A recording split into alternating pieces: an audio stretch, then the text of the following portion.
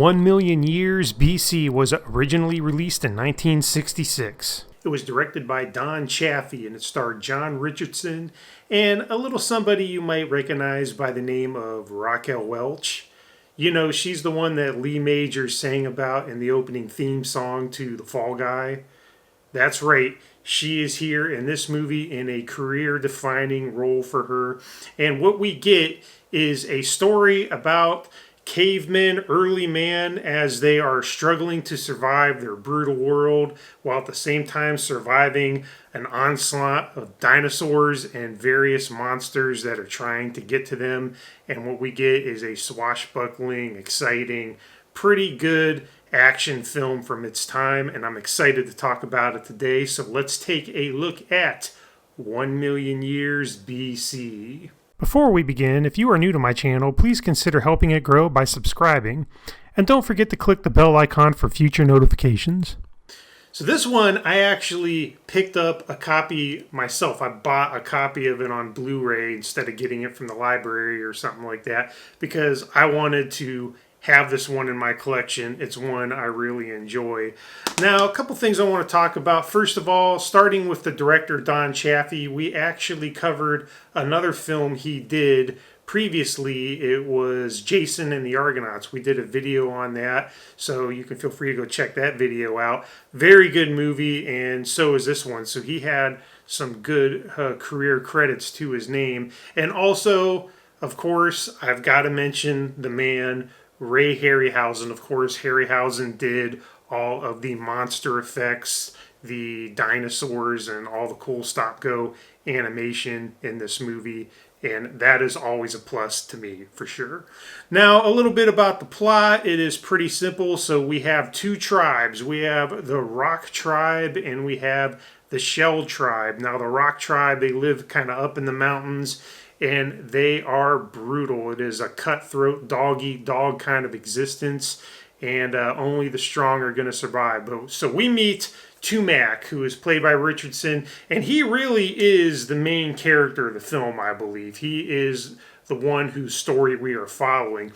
Now, he is one of two brothers and a father who is running the show in this tribe, and what we get is a little bit of rivalry between him and his brother. It's kind of a parallel of Cain and Abel, if you think about it that way, and they don't like each other, they don't get along, and they fight over resources.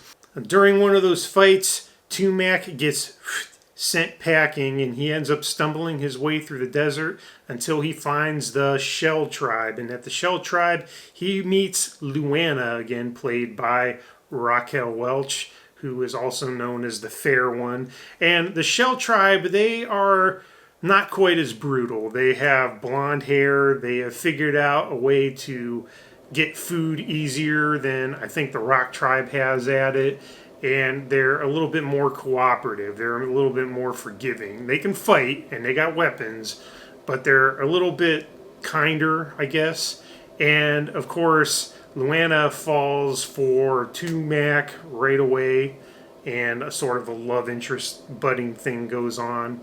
And from there, it's really kind of the story of how Tumac befriends this tribe, earns their trust, and ends up going back to his tribe and fighting for superiority there and equality, I guess, if you want to put it that way, while at the same time having many adventures along the way, mostly involving those Ray Harryhausen stop-go animation dinosaurs that are coming after them and making them have a really, really tough time. Now, of course, I would be remiss if I didn't talk about the whole image of the film, let's put it that way. Raquel Welch has certainly created something in this image that has gone on to be iconic. Her poster of her in this film is probably one that was on a lot of walls back in the 60s and 70s. I want to say something real quick about that. The poster, if you remember, is actually the one at the end of the Shawshank Redemption that was hiding the hole that Andy Dufresne was carving in his cell to escape.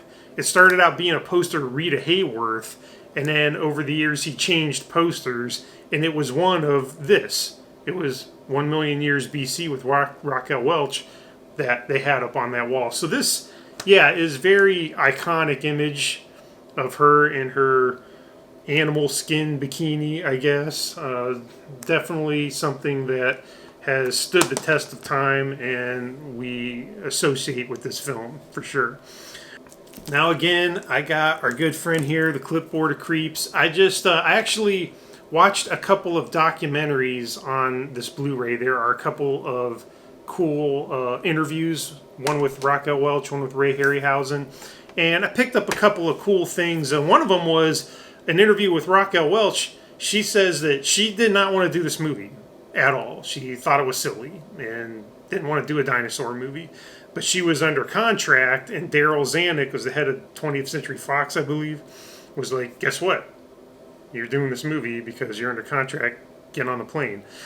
And so she had no choice but to go there and do the film. She says in the interview that she ended up appreciating it later because of the, I guess, probably the exposure she got from it.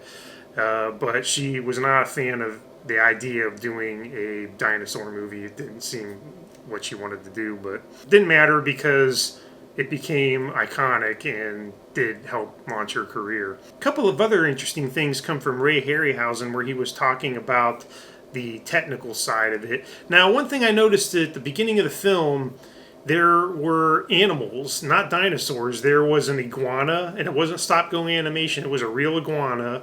There was a turtle, and there was, I believe, a tarantula in a couple of scenes early in the film.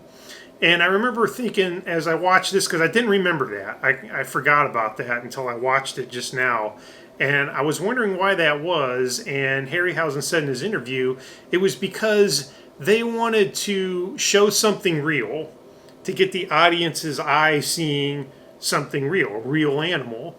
That way, when the dinosaurs came in later in the film, the audience would be more apt to accept them as real.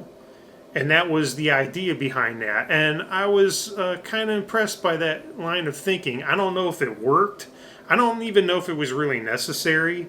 But at least that answered the question for me. Because to have it go from an iguana to an Allosaurus or a Triceratops, that was an interesting choice. And now I know why they did it. Another cool thing he said was there is a scene where there is a Brontosaurus in the film, and you never see it again. Well, the original plan was to have the tribe at the end of the film attacked by the Brontosaurus, and that was going to be the big climax. But because they had done so many sequences with these dinosaurs, they had many of them in the film already, it was pushing the budget. And they had a budget to hit, and it was decided that they weren't going to have the final piece be about a dinosaur taking them out. They had another device in there, and you can watch the film, but it's another way they had to do the climax that involved the volcano and earthquakes and things like that. And that's why they went with that instead of having a Brontosaurus attack.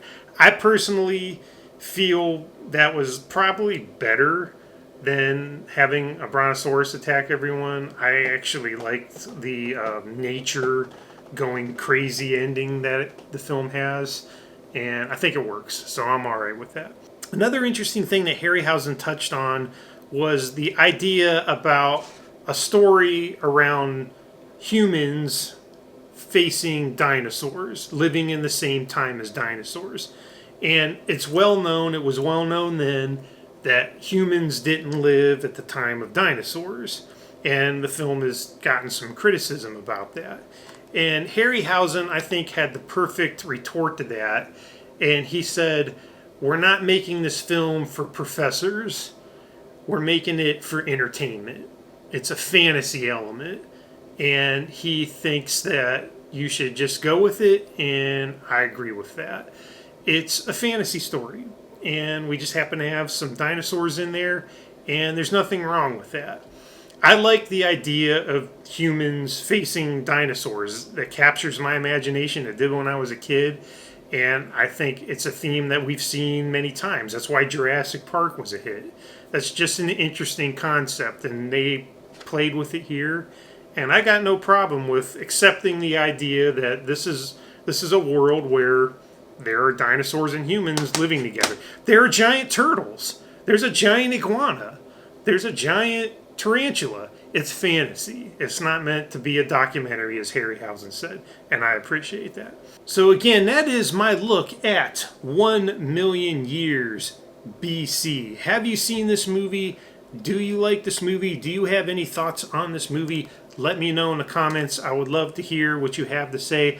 I personally think it is very enjoyable. The Blu-ray is beautiful, a really good transfer. It looks great, looked great on my TV. And it does have a few commentary tracks and a few interviews on it if you're interested in that. I do recommend checking out the Blu-ray.